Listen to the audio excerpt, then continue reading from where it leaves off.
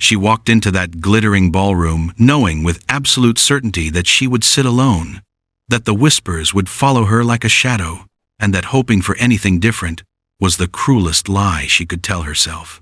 It began with the lavender gown. When she'd chosen the pale, modest silk, neither the vibrant jewel tones of celebration nor the stark black of deep mourning, she'd made a silent declaration. I am here, but I do not belong to your world anymore. The other guests noticed. How could they not? Among the cascade of emeralds, sapphires, and diamonds, she was a ghost in lavender, seated at a marble table near the edge of the ballroom where the champagne and laughter couldn't quite reach. She felt every stare, endured every pitying glance and scandalized whisper. The Earl's widow, 5 years hidden. What nerve to show her face. The matrons clutched their fans tighter. The debutantes giggled behind gloved hands. And Seraphina sat perfectly still, spine straight, eyes forward, pretending the isolation didn't carve deeper into her chest with every passing minute. I am a widow, she reminded herself. I survived a cruel marriage. I do not need their approval.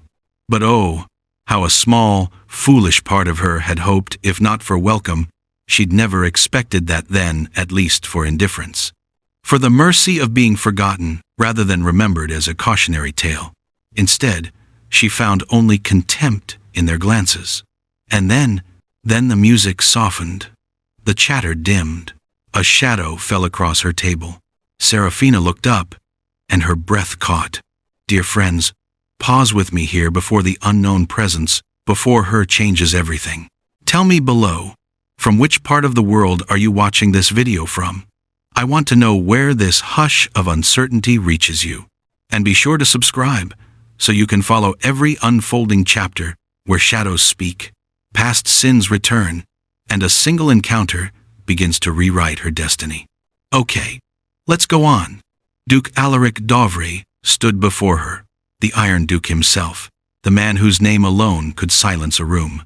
Tall, battle-scarred, dressed in severe black, that made his storm-gray eyes even more piercing. He was a man of war, of unshakable duty, of a reputation so formidable that even the boldest debutantes only dared admire him from a distance. And he was looking directly at her. Every gaze in the ballroom turned to them. The whispers died. Even the orchestra seemed to falter for half a breath. Seraphina's heart pounded. What is he doing? They'd never met. She was nobody to him, less than nobody, a scandal he should avoid. The Duke leaned down, and in a voice low enough that only she could hear, rough enough to send shivers down her spine, he murmured, "Act like you're with me."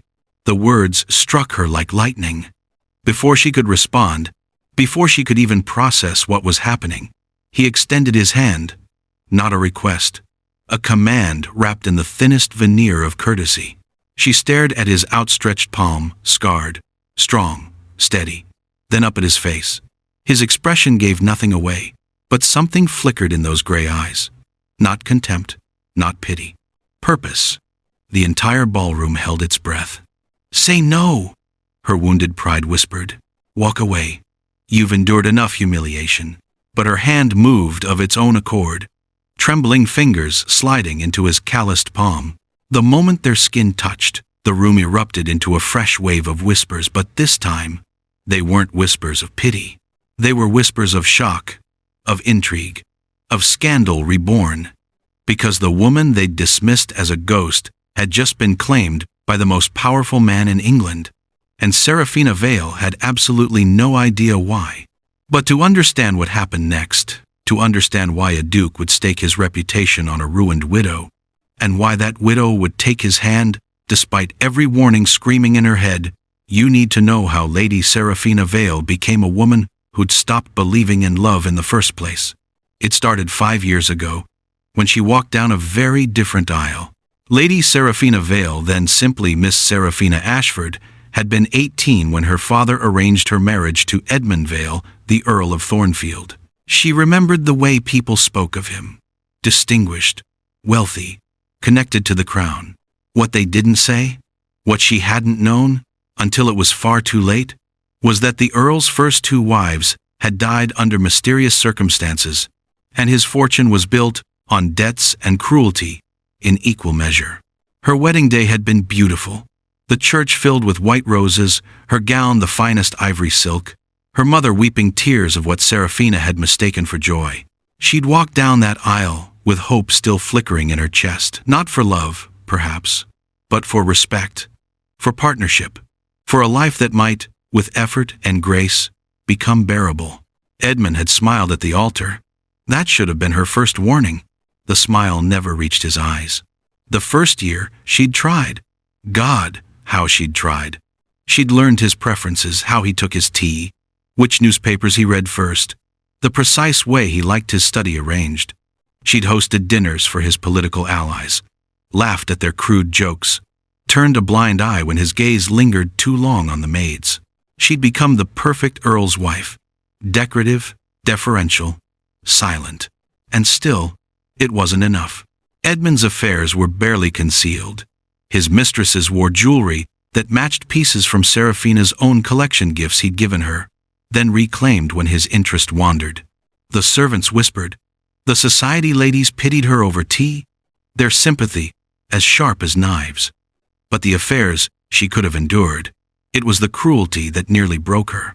The way he'd mock her intelligence at dinner parties, "My wife reads poetry. Isn't that darling?" As if words could run an estate. The way he'd grip her arm, just hard enough to bruise beneath her gloves when she displeased him.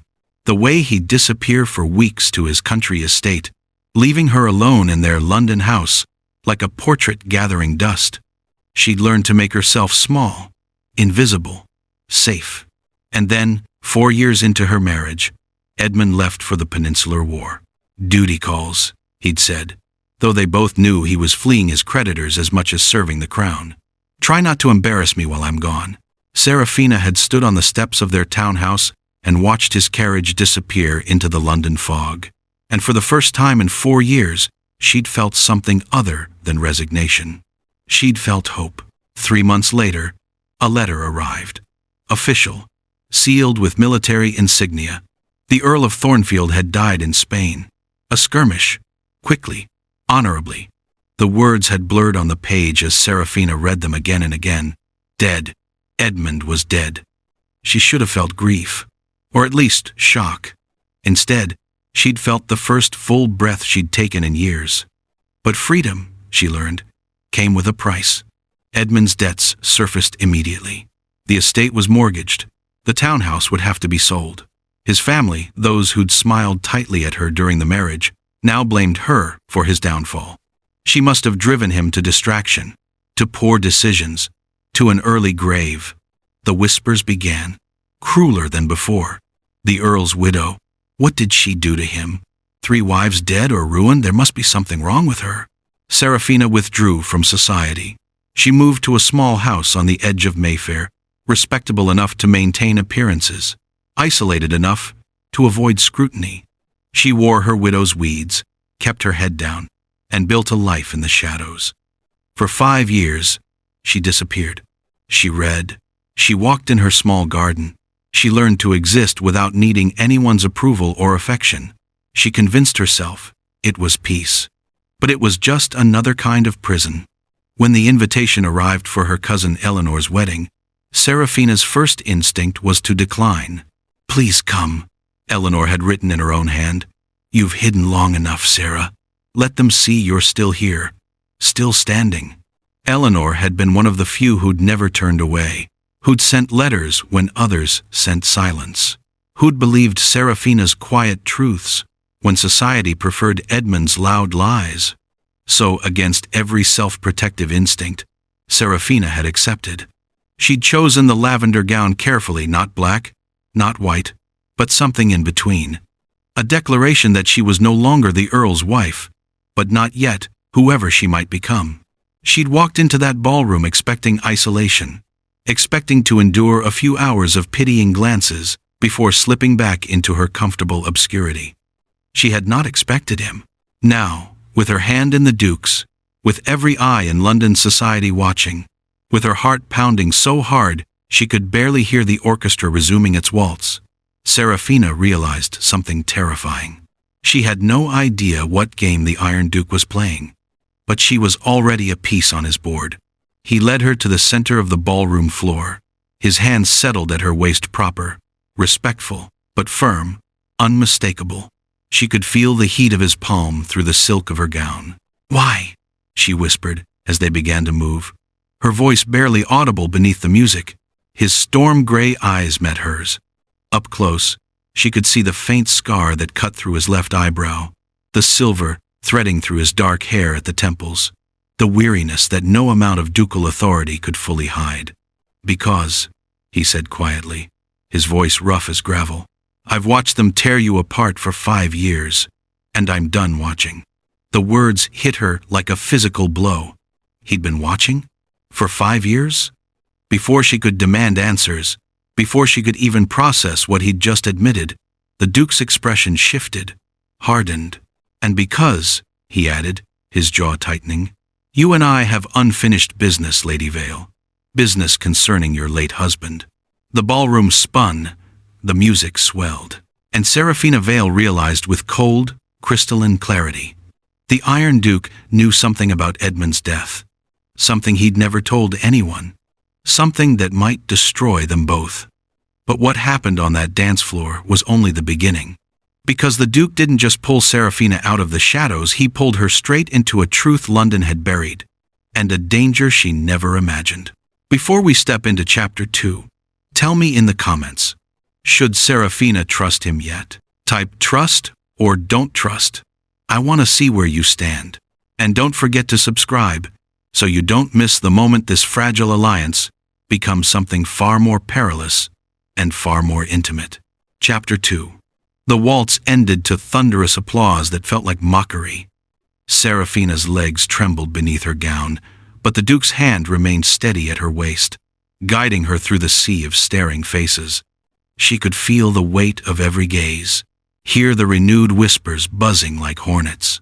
"Did you see? The Iron Duke and the Earl's widow. What could he possibly have been?" "Walk," Alaric murmured, his voice low and commanding. "Keep your head up. Let them wonder." She obeyed, though her mind screamed questions. Unfinished business. 5 years of watching. What does he know? They reached the terrace doors, and blessedly, he pushed them open.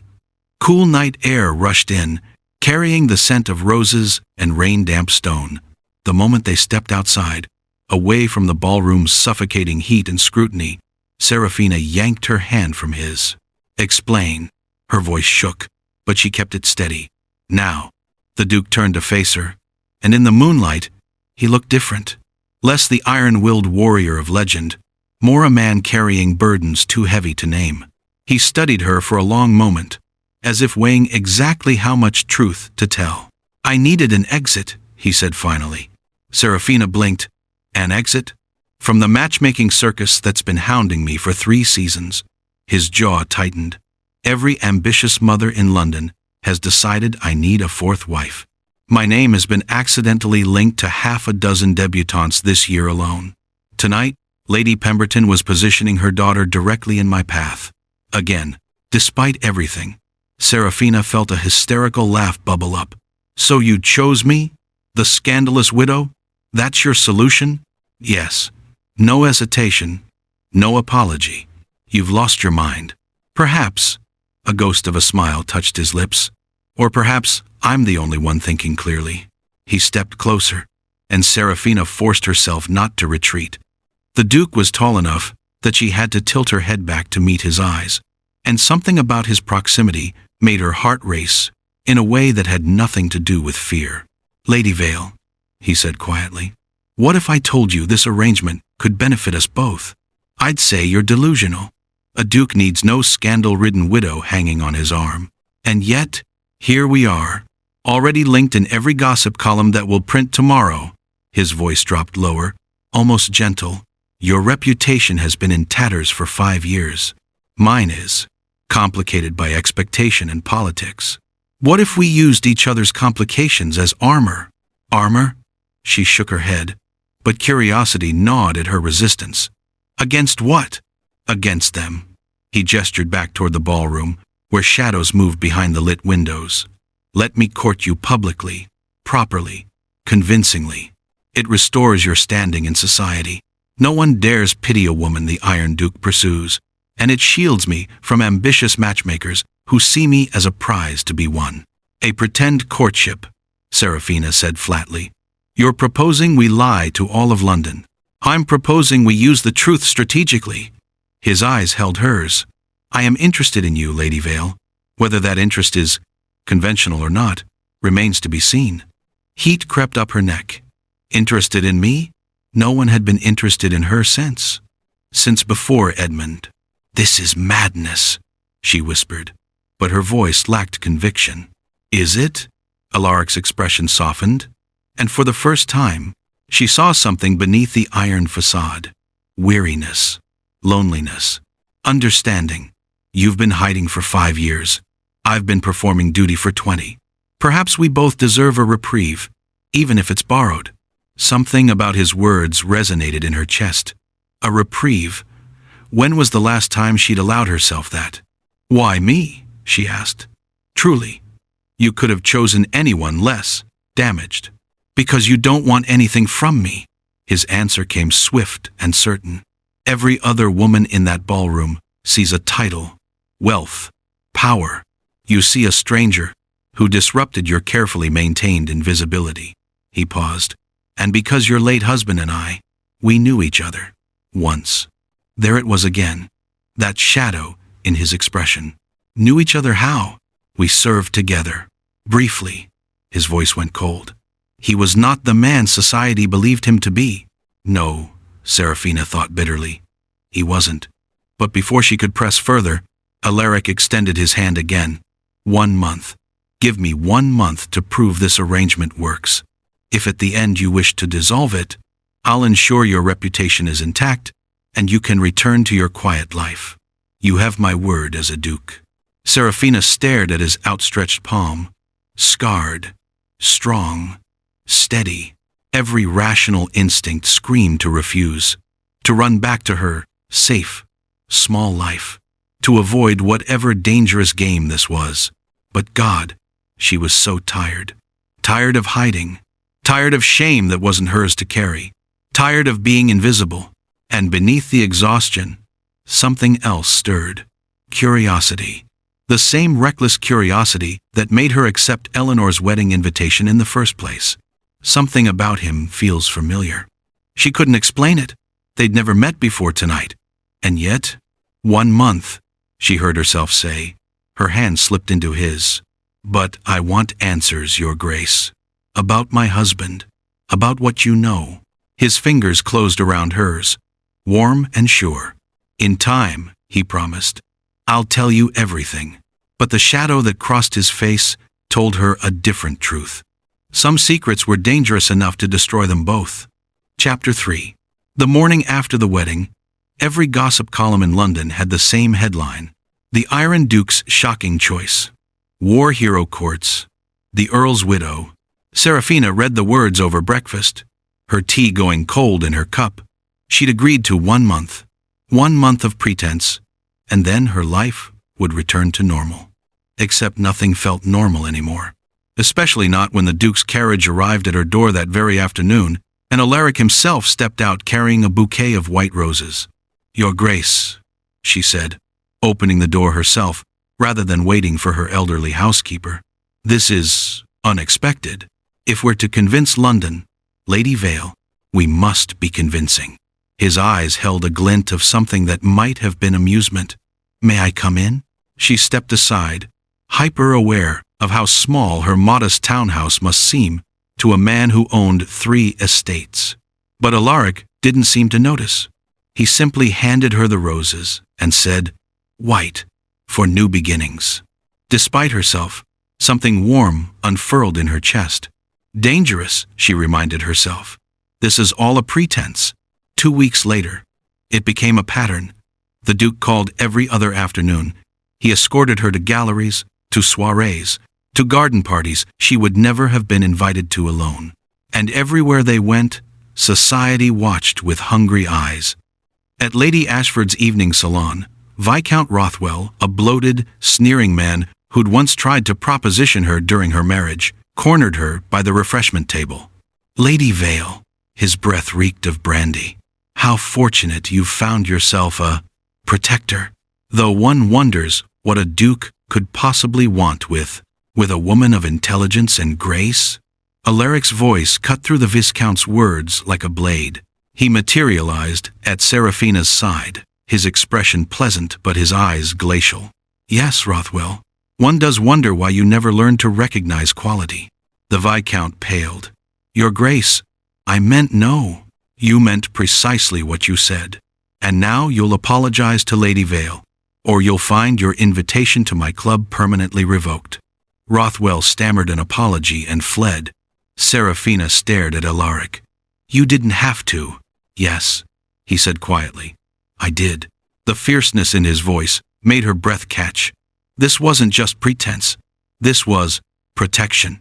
Real protection. The next afternoon, Alaric arrived with an unusual request. I'd like to teach you something, he said, leading her to the small courtyard behind her townhouse. Teach me what? He produced 2 fencing foils from his carriage. Defense. Seraphina laughed. Actually laughed. A sound she barely recognized. You want to teach me to fence? I want you to know you can protect yourself. His expression was serious. You've been defenseless too long, Lady Vale. That ends now. Something in his words touched a nerve she didn't know was exposed. Defenseless. Yes, that's exactly what she'd been. Very well, she said, taking the foil he offered. Teach me.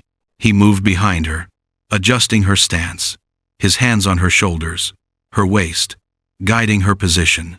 Professional, proper, and yet her skin burned everywhere he touched. The key, he murmured near her ear, is not just strength, it's anticipation. Reading your opponent's intention before they strike. And if I can't read them, then you trust your instincts. His breath ghosted across her neck. Your body knows more than you think. She turned her head slightly and found his face inches from hers. His storm-gray eyes met hers, and for one suspended moment, the world narrowed to just them. His hands still on her waist, her pulse hammering, the unspoken question hanging between them. Is this still pretense? He stepped back first, clearing his throat. Again, proper stance. But his hands shook slightly as he demonstrated the next position. That evening, after Alaric left, Seraphina found the letter on her doorstep. No seal, no signature, just 5 words in block letters. Does the widow know who killed her husband? Ice flooded her veins. She crumpled the paper, told herself it was just gossip, vicious speculation meant to unsettle her. But 2 days later, at a dinner party, she saw Alaric slip away to the library. Curious, and perhaps foolish, she followed. Through the cracked door, she watched him pull a similar letter from his coat pocket. His jaw clenched as he read it. Then, without hesitation, he held it to the candle flame and watched it burn to ash. Seraphina's heart stopped. He received one too. Someone knows something. She slipped away before he noticed her, mind racing. That night, unable to sleep, she did something she hadn't done in 5 years. She opened Edmund's study. The room still smelled of pipe tobacco and old leather. His desk stood untouched, exactly as he'd left it before departing for Spain. Seraphina had never had the courage or the desire to sort through his belongings, until now. She searched methodically. Letters, account books, bills from his tailor. Nothing unusual, nothing that explained. Her fingers caught on a hidden drawer in the desk's side panel. Inside, a single leather journal. Seraphina's hands trembled as she opened it. Edmund's handwriting filled the pages. Accounts of military strategy, complaints about the weather in Spain, crude comments about his fellow officers, and then, on the last page, a sealed note tucked between the final entries. She broke the seal with shaking fingers and unfolded the paper. 3 words. Just 3 words in her dead husband's handwriting. Ask the Iron Duke. The journal slipped from her hands and hit the floor with a sound like thunder. No. Edmund had known, had written those words before he died, had left them like a trail of breadcrumbs pointing directly at the man who was now courting her. The man she was beginning to trust. Feel something for. Want? Seraphina sank into Edmund's chair, the note clutched in her fist. The Duke had promised answers in time. But time, she realized with cold clarity, was a luxury she no longer had, because someone else knew the truth about Edmund's death, and they were determined to expose it. Seraphina had three choices: confront the Duke and risk losing the first person who'd made her feel alive in years, stay silent and live with the poisonous question eating her from the inside, or dig deeper and discover that some truths are more devastating than lies. She chose the third option, and nothing would ever be the same. Chapter 4. For 3 days, Seraphina carried Edmund's note like a stone in her chest. Ask the Iron Duke. She tried to convince herself there were innocent explanations. Perhaps Edmund had owed Alaric money. Perhaps they'd shared some military secret. Perhaps. But every time Alaric called, every time he smiled at her, or touched her hand, or looked at her with those storm-gray eyes that seemed to see her in a way no one else ever had, the note burned in her pocket like an accusation. Liar. He's a liar, and you're falling for it. On the 4th day, she couldn't bear it anymore. When Alaric arrived for their afternoon walk through Hyde Park, Seraphina dismissed her housekeeper and closed the drawing-room doors. We need to talk, she said without preamble. Privately. Something flickered in his expression. Wariness. Of course. She pulled the note from her sleeve and thrust it toward him. Explain this. Alaric took the paper, read it, and went utterly still. When he looked up, his face was carved from stone. Where did you find this? In my husband's desk. In a journal he kept during the war. Her voice shook. A journal with entries dated right up until the week he died. Seraphina. Don't. She stepped back. Don't use my name like we're friends. Like this is real. Just tell me the truth. You were there when Edmund died, weren't you? The muscle in his jaw ticked. Yes. The confirmation hit her like a physical blow. And? And what? His voice went cold, defensive. What exactly are you accusing me of? I'm not accusing you of anything. I'm asking you to explain why my dead husband left a note telling me to ask you about his death. Why is someone sending anonymous letters about it? Why you burnt a letter at the club? She saw him flinch. Yes, I saw that. So please, Your Grace, explain. Alaric turned away from her, his shoulders rigid. For a long moment he said nothing. Then, he deserved far worse than he received. The words fell between them like a guillotine blade.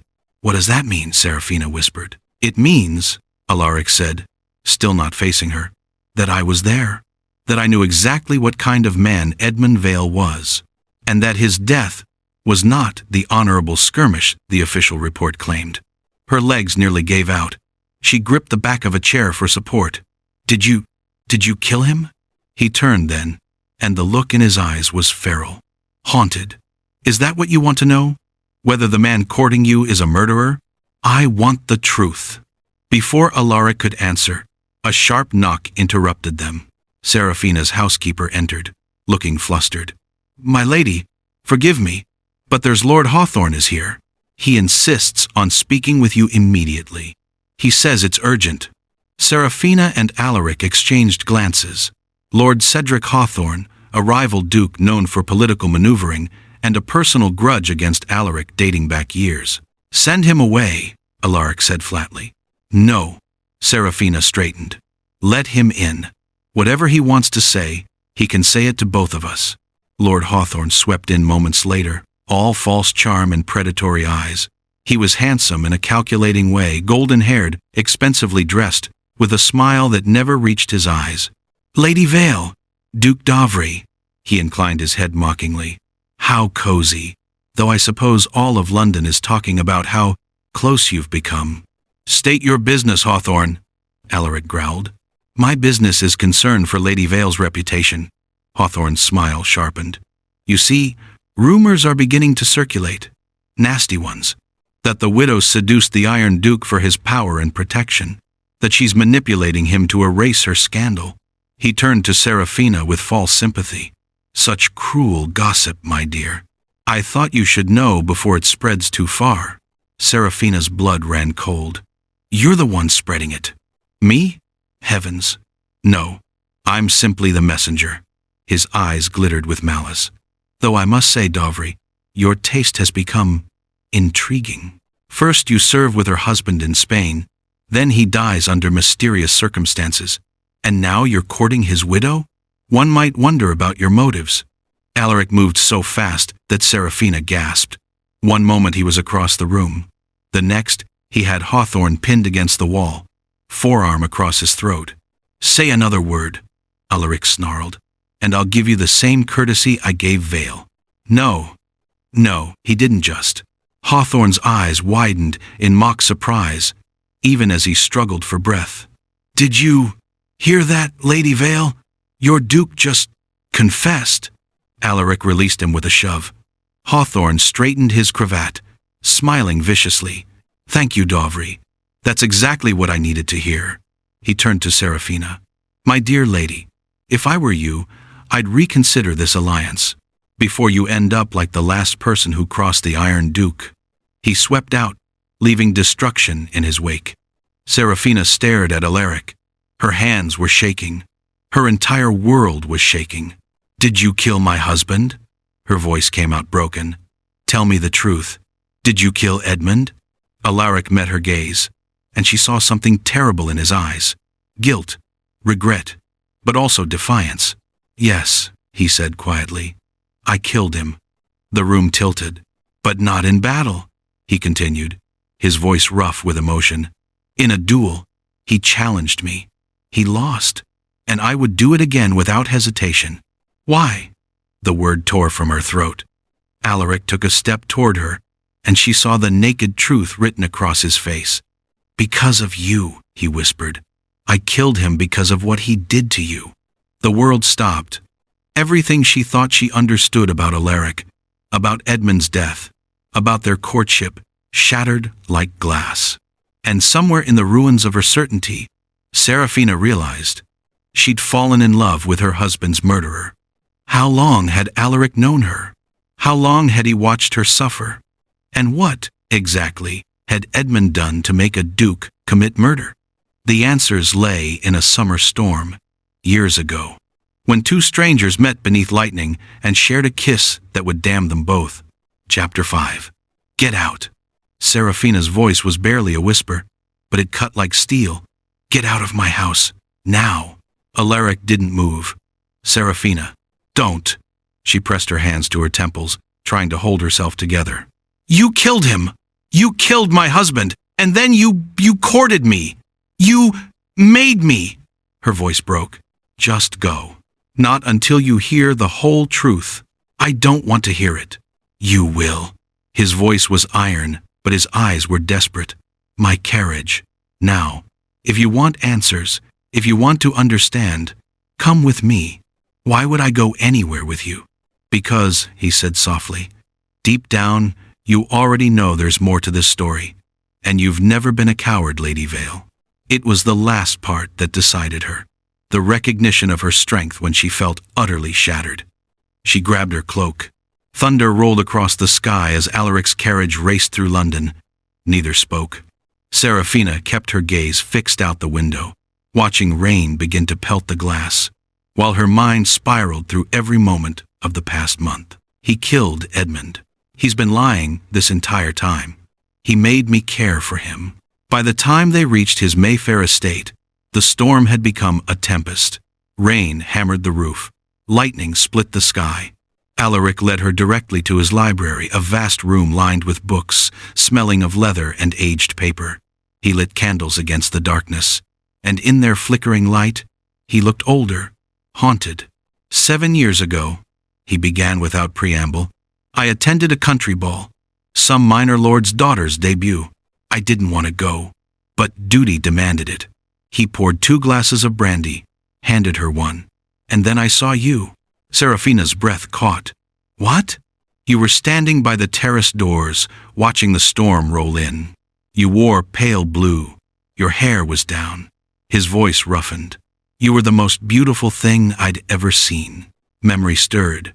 Fragments. A country estate. A summer storm.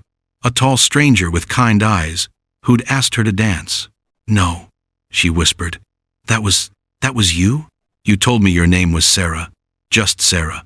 I told you mine was Alaric. Just Alaric." A bitter smile. "We danced twice, talked about poetry and philosophy, and when the storm broke fully, when everyone rushed inside, we stayed on the terrace, and—" "You kissed me," Seraphina breathed. The memory crashed over her like a wave. "In the rain. You kissed me and said that I'd never forget you." His eyes held hers across the candlelight. "And I didn't. I searched for you for weeks, but you'd given no last name, no clue where you lived. You'd simply vanished." Seraphina's hands trembled around the brandy glass. She remembered. God, she remembered everything. That kiss, the way he'd held her face so gently, the promise in his eyes. And then, 2 weeks later, her father had announced her engagement to the Earl of Thornfield. "I married Edmund 3 months later," Seraphina said numbly. "I had no choice. Father needed the alliance. Even I didn't know your title. Didn't know you were a duke who could have protected you." Anguish cracked his voice. If I'd found you sooner, but you didn't." "No, I didn't." He drank his brandy in one swallow. "And by the time I saw you again, you were the Countess of Thornfield. Untouchable. Another man's wife. When did you see me?" "At a state dinner. 2 years into your marriage." His jaw clenched. "You didn't recognize me. Barely looked at anyone. You'd already learned to make yourself small, invisible. And your husband—" Fury blazed in his eyes. "He paraded his mistress in front of you, mocked you to his friends, treated you like property." Seraphina closed her eyes against the memory. "I survived. You shouldn't have had to." Alaric moved closer, and she could smell rain and leather and him. "When the war came, when we both ended up in Spain, I thought it was fate's cruelty. Your husband was in my regiment. I had to watch him boast about his conquests, his debts, his voice turned savage. And then I learned about the beatings." Her eyes snapped open. "How?" "One of your maids. She'd fled to Spain with her soldier sweetheart. She told me everything. The bruises you hid, the nights you locked yourself in your room, the way he couldn't finish. So you challenged him to a duel," Seraphina whispered. "I provoked him until he had no choice. Questioned his honor publicly. Called him a coward." Lightning flashed, illuminating Alaric's face. "He drew first, but I was faster, better, and when my blade went through his heart, the only thing I felt was relief." Thunder crashed. Rain battered the windows. "You killed him for me," Seraphina said. "For a woman you'd kissed once, years ago." "I killed him," Alaric said quietly, "because I loved you then, and I've loved you every day since." The confession shattered her. Rage and grief, and something terrible and wonderful surged through her chest. He'd loved her. He'd killed for her. He'd carried that secret for 5 years while she crossed the distance between them in 2 steps and kissed him. Not gently, not carefully, but with all the fury and passion and broken pieces of her heart. Alaric made a sound surprise, surrender, and pulled her closer, his hands tangling in her hair. The kiss was desperate, devastating, everything they'd both denied for too long. Lightning illuminated them through the window. Thunder shook the walls. "I hate you," Seraphina gasped against his mouth. "I hate that you did this, that you lied. I know. I hate that She kissed him again, tears streaming down her face. "That I love you anyway. God help me, I love you." His arms tightened around her. "I'm sorry, Seraphina, Don't apologize for freeing me." She pulled back just enough to see his face. "But don't ever lie to me again. Never," he swore. "No more secrets." But even as he said it, even as the storm raged around them and they held each other like salvation, Seraphina knew the truth had only just begun to destroy them. One night of truth, one confession of love. But London's elite doesn't forgive murder even when it's justified. And Lord Hawthorne had exactly the ammunition he needed to destroy the Iron Duke. And the woman who dared to love him?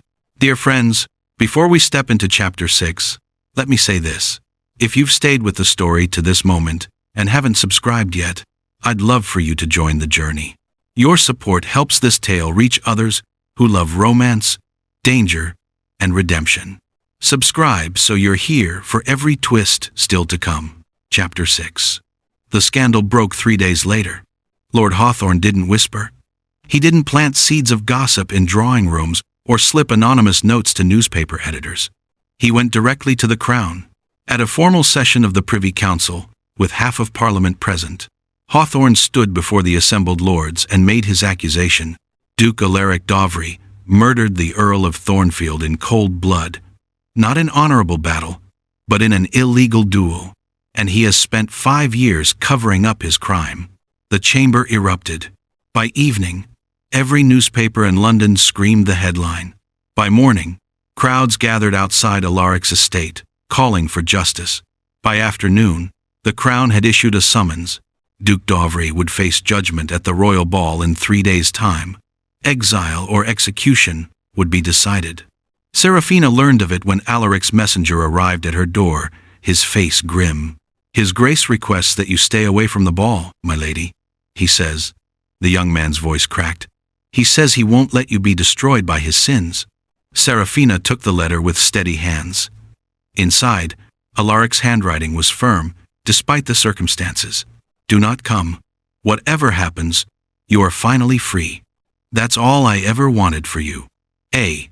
She read it twice. Then she walked to her wardrobe and pulled out the lavender gown. The royal ball was held at St. James's Palace, in the same gilded hall where kings had judged traitors for centuries. Every lord, lady, and member of the peerage had crowded into the space, hungry for spectacle. At the center of it all stood Alaric. He'd dressed in full military regalia, his uniform from the Peninsular War, medals gleaming, sword at his hip. His face was carved from stone. But Seraphina knew him well enough now to see the tension in his shoulders, the weight of acceptance in his eyes. He expected to die tonight. Lord Hawthorne stood opposite him, practically glowing with triumph. Your Majesty, he addressed the Prince Regent, seated on a raised dais. The evidence is clear. The Duke admits to killing the Earl of Thornfield outside the bounds of military engagement. This was murder, and murder demands punishment. The crowd murmured agreement. Bloodthirsty, righteous. The Duke fought with honor for England. Someone called from the back. Surely that counts. Murder negates honor, Hawthorne cut in. Would we allow any common man to escape justice? Why should a duke be different? The Prince Regent leaned forward, his expression grave. Duke D'Auvrey, what say you to these charges? Alaric's voice rang clear. I killed Edmund Vale. But it was not murder. It was a duel, fairly fought. He drew first. A duel is still illegal, Hawthorne sneered. And you had motive. Tell them, D'Auvrey. Tell them you were infatuated with Vale's wife, that you killed him to possess what was his. The crowd gasped. Whispers exploded like wildfire. Alaric's jaw tightened, but he didn't deny it. So you admit it, the Prince Regent said heavily. You killed a peer of the realm over a woman. The great doors of the hall swung open. Every head turned. Lady Seraphina Vale stood in the entrance, wearing lavender. Not morning black, not demure gray. Lavender, the color of resurrection, of spring after winter, of a woman who refused to disappear. The crowd parted as she walked forward, spine straight, head high. She moved through the assembled lords and ladies like a queen, and when she reached the center of the hall, she positioned herself directly beside Alaric. Lady Vale, the Prince Regent said, clearly shocked. This is most irregular. Your Majesty, Seraphina said, her voice carrying through the vast space. I must speak. This woman has no standing here, Hawthorne protested. She's merely the widow. I am the woman, Seraphina interrupted, turning to face the entire court, whose life hangs in the balance of your judgment, and I will be heard. Silence fell, absolute, breathless. Seraphina looked at Alaric just for a moment, drawing strength from his storm-gray eyes, then faced her accusers. You want to know why Duke D'Auvrey killed my husband? I'll tell you. Edmund Vale was a monster. He beat me. He humiliated me publicly. He squandered fortunes while I starved. For 4 years, I lived in terror, and not one person in this room lifted a finger to help me. Gasps, horrified whispers.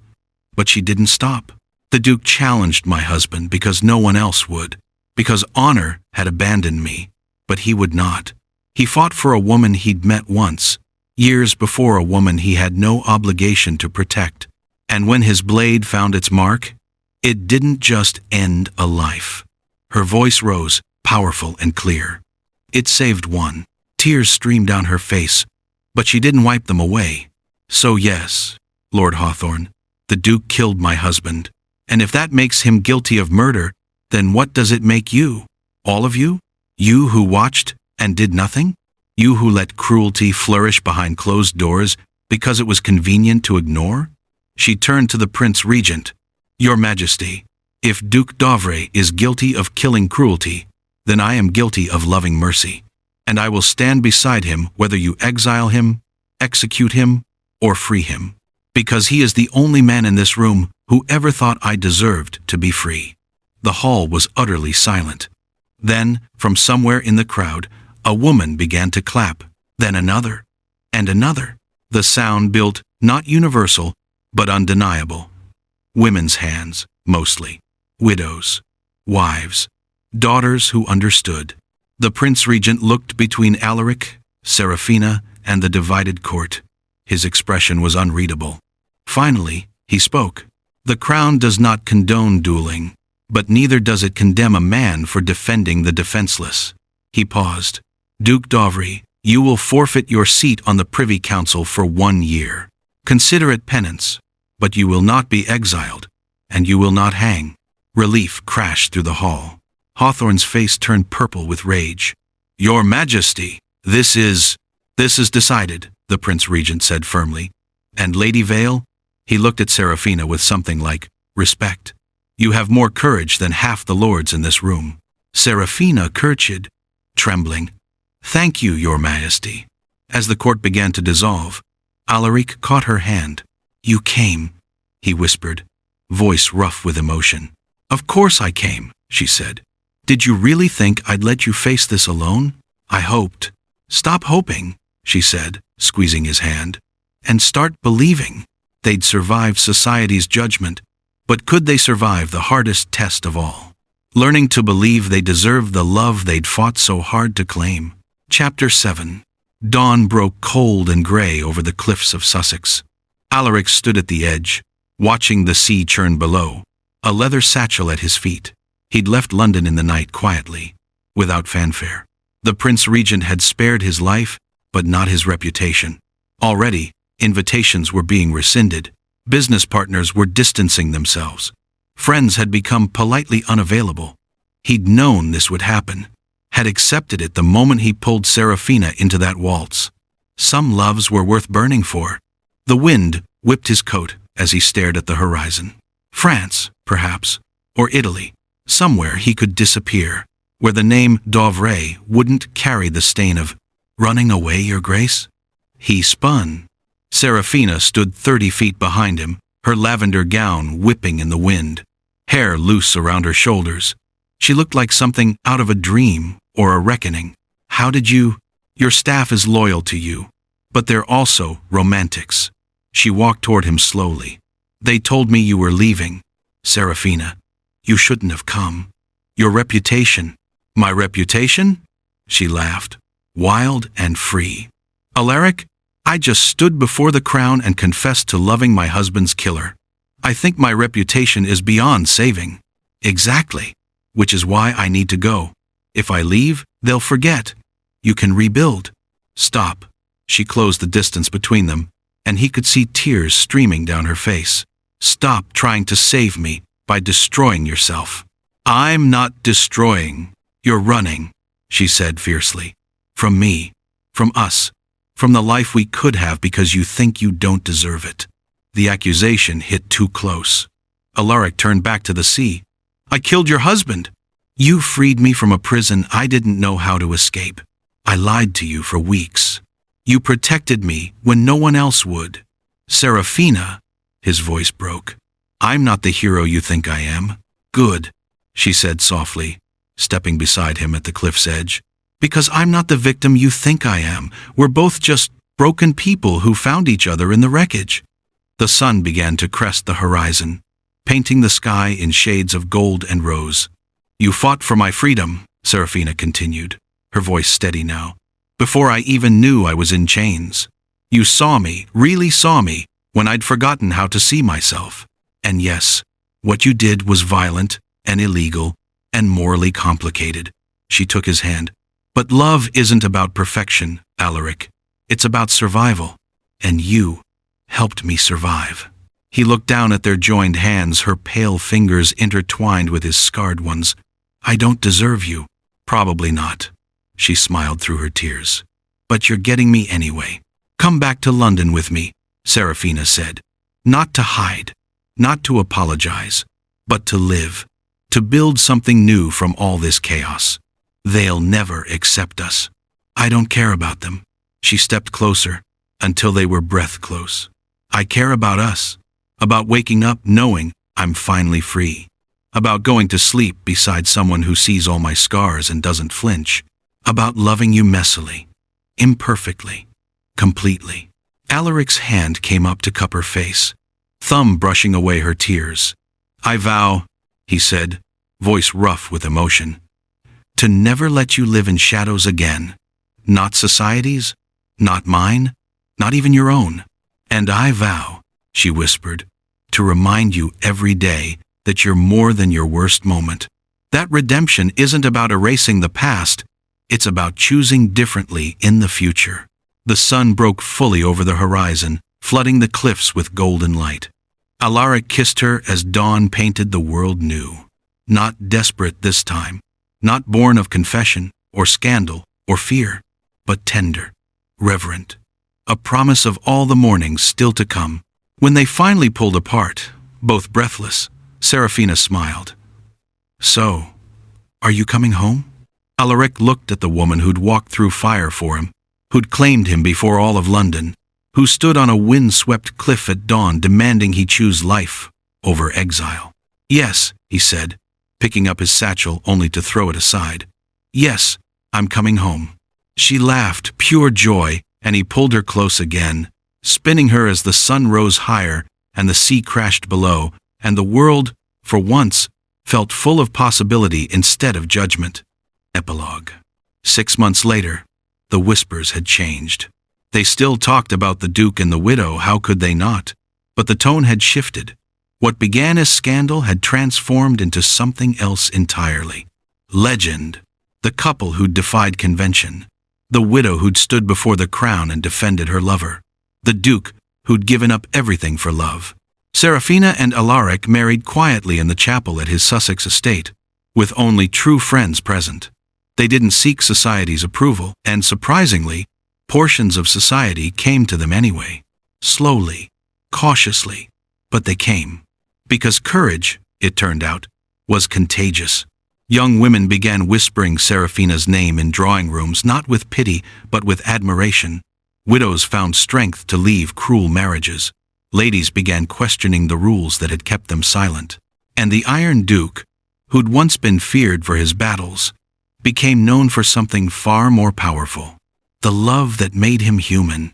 They never forgot the cost, never pretended the path had been easy.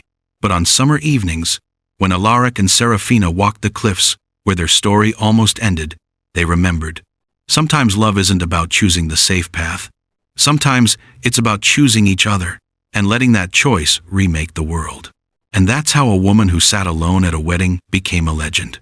Subscribe if this story made you believe in second chances and love that fights back. She sat alone at the wedding until the Duke said, "Act like you're with me," is a story about reclaiming dignity, choosing love despite its complications, and understanding that redemption isn't about perfection, it's about courage.